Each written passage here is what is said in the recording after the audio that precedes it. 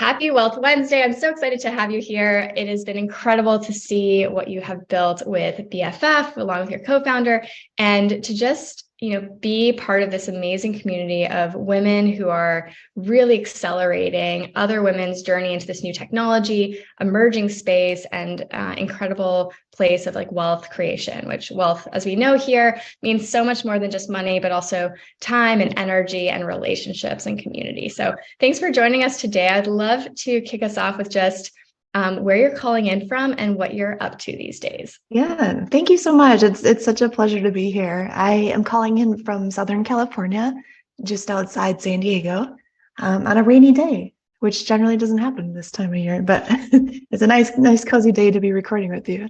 And for those tuning in, a little bit about what BFF is all about. Yeah, so my latest endeavor is called BFF. It's a community/brand/business that's committed to helping women and non-binary people understand the opportunities in Web3.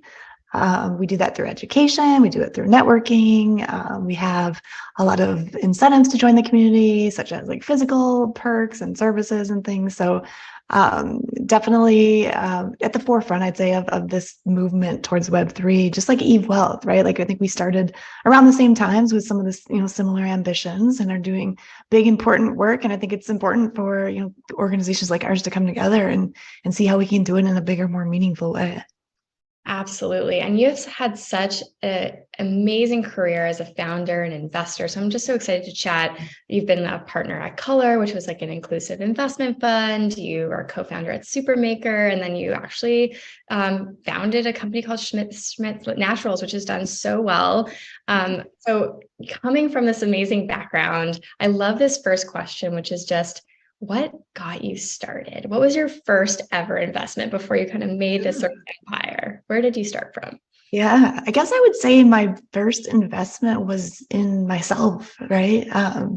This was back in 2010 when I started Schmidt's Naturals and had very little, capital to my name. Just knew that I wasn't willing to settle in my career. And so I decided I needed to figure out what that meant for me and what that looked like. And through getting my hands dirty and trying a lot of things, I discovered my passion for making personal care products and started at the farmers markets, on a really small scale. Didn't come from a family of entrepreneurs, didn't have really any credentials to my name, but knew that I was excited about what I was doing and that I wanted to do something for myself, but also for, the bigger community. But certainly not recognizing the potential right away in what I was building, until I started getting deeper into it. So I think it's fair to say, my first investment was in me. Scaled the business for 7 years, a lot of sacrifice. And, any entrepreneur knows there's so much that you have to give up, whether you are starting from a cushion of money or not. Like it's still, the principles are the same, but particularly if you are bootstrapped like I was. But then, sold the business 7 years later. And then I guess I found myself in a different position in terms of investing. It was weird and interesting to, suddenly be coming into, this wealth that I didn't have before. And so there was a lot of responsibility that comes with that.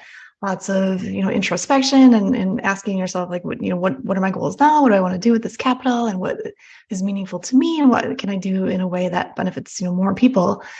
And so we started an investment fund that's called Color. I started that with my husband and business partner, Chris Cantino. The two of us were just really passionate about the consumer space. That's what Schmidt's was. We were a personal care products company.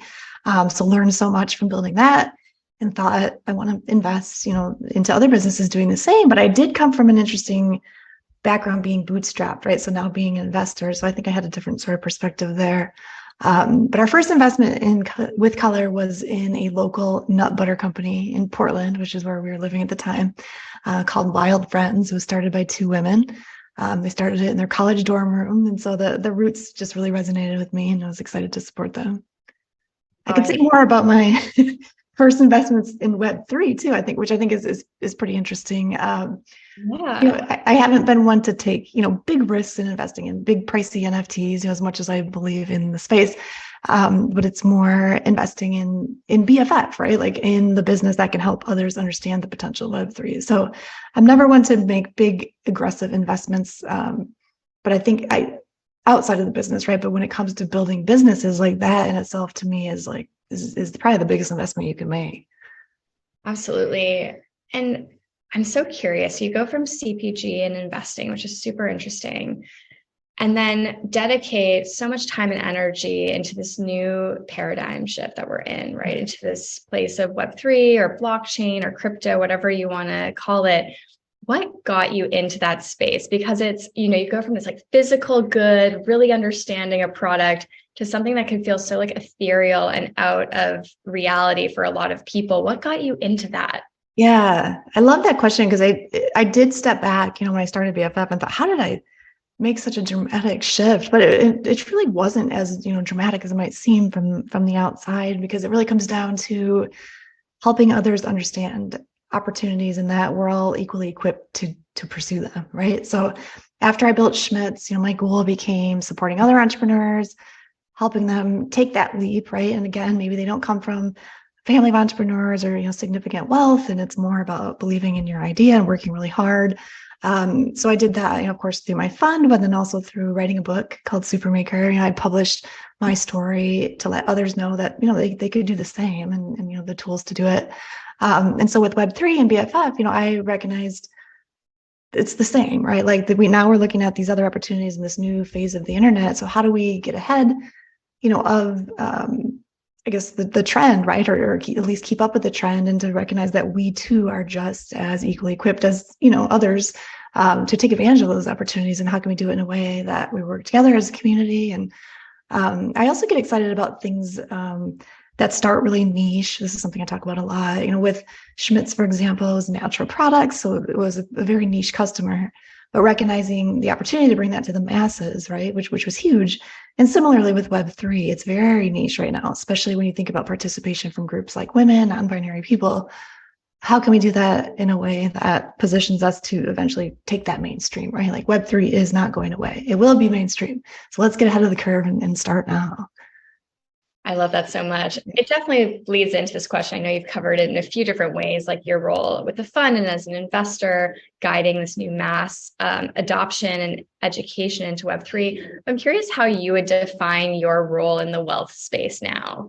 Why is it important? Yeah, I like that question. I think it's kind of multifaceted. So my experience bootstrapping my first business is one that I think is important to highlight, right? Like not everybody can easily raise money and start a successful business that gets a ton of attention. Like it took so much intention just to stay focused and to stay frugal, right, in those earliest days of building a brand. And so I want that story to always carry on, as much as I've grown as an entrepreneur and as an individual who, now has more resources and has more of a name for myself. I think that initial story of bootstrapping is still so critical.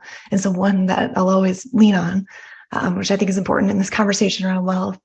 And then of course, my fund, right? Like my goal with that is to bring capital to businesses that potentially could survive without it, right? Like similarly with the bootstrapping sort of mindset, but that with this little bit of support, like maybe they can take it the extra mile. And then also, of course, with BFF and this bigger opportunity for networking and connection and opportunity there, I think that's, what I'm most passionate about right now is just like, how can I have an impact at this crucial moment, right? When we all are starting to just really dive into the space and figuring out what it means. Absolutely. And what do you think has been the most exciting or unexpected thing you've learned from like when you started to where you are now building a Web3 community? Was there anything that you didn't know then that you do now that you would want others to know? I'd say that there's no playbook, right? There's no right way to, build any type of business. And we see that specifically now with Web3, right? We are coming into this as newbies and the rules haven't been written, so we're writing them. And so I think that's important to recognize that you are going to be doing this your own way, and then that's okay. It's certainly possible. And even in my Web2 business with Schmidt's, like there were tons of books that could have helped me along the way, and experts and advisors and things. But I had to sometimes block out that noise to really go in a way that worked for me. And so I think it's always important to understand that there's no recipe, right? And there's guidelines and principles that are important, but it's okay to deviate from those and, build in a way that's yours personally. Are there any like people or companies or resources that help you define your own path and strategy as you're thinking about evolving it?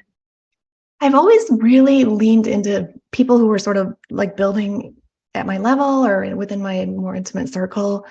Never had a mentor building my first business, and was more just excited to surround myself with other people who were experiencing the same problems I was, and to just be part of a community. And I think that's really important. We see a ton of that right now with Web3. Like a lot of these Web3 communities have, entrepreneurs within them who are trying to build their own things. And I think that it's so invaluable, some of these networks. And so I think that's something that, is as successful as I might be as an entrepreneur, that's still very personal to me, and something that I think will always be the best way for me to grow, is to surround myself with people who are at the same level and who are learning, alongside me. So what advice would you give then to somebody getting started if they're just forming that network? Are there any tips or tricks you've seen work well for you? I think the most important thing, no matter what type of business you're building, is just to make sure that it resonates with you on a personal level. And it's hard to know. Like I'm one of those people that has a lot of ideas and get really excited about things. But you have to like step back and find ways to check in with yourself to make sure that it's truly something you want to be doing, because it's hard. The further you go, and any entrepreneur can relate, you'll be challenged in so many ways, professionally, personally. And so I would just encourage people to, step back before you take that leap, and to make sure like that this is truly something that you want and you're doing it for the right reasons. Were there any experiments that you ran or different things that you did to test that? Because I feel the same way. And one thing I set for myself is, if I have like a big idea, like I'll set it for myself to make sure I'm doing something and dedicating time consistently each week to it, like probably like 5 hours or so. Actively, like either, launching something quickly and running a cohort on it, or like making sure that I am spending the time. And then I try to see after 4 weeks or 8 weeks, am I still as excited about it, or am I starting to feel like it feels like a burden?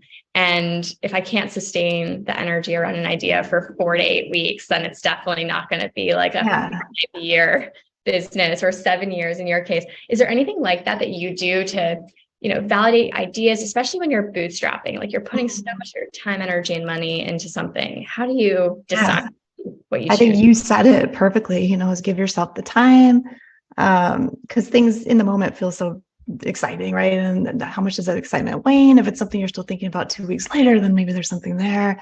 And that's even true now with building BFF, for example, with like partnership opportunities, right? Like I might hang up a call and feel extremely excited about something, and then you weigh it, a week or two later, if you're still feeling something there, like, there's, that sign to go in. But there's so many things that we can say yes to. And so it's hard to make sense of those opportunities that maybe aren't the right fit.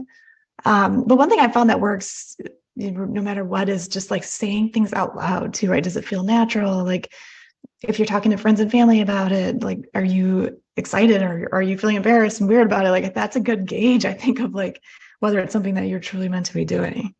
Oh, I love that so much. Like, how do you start incorporating the pitch into your day-to-day, asserting that you are this thing or you're doing this thing, and seeing, where that resistance is, and whether it's like good nervousness or kind of, not aligned nervousness. That's super helpful. Is there anything else you'd want to share with somebody listening? And also, how can we keep in touch with you personally on your journey as you build a BFF, and then BFF as well as you progress into its next step? I mean, we would love to have new members in our community. We of course are educating on Web3, but then there's so much more, right? There's a network of people who are just excited to learn together, and just a warm, welcoming community. We have a high percentage of entrepreneurs within BFF, and many who are just interested in making money and pursuing opportunities together, and just being humble and learning together. So you can find us at My BFF on Twitter and Instagram, BFF on LinkedIn. And then me personally, it's just Jaime Schmidt. It's Jaime Schmidt. Amazing. Well, I can't wait to follow along. And I know we all will be, to see the next stages in evolution, especially as this is such an emerging space and such an incredible time to really be finding your network and your community. And thank you for what you're doing and everything you've shared today. Thank you for having me.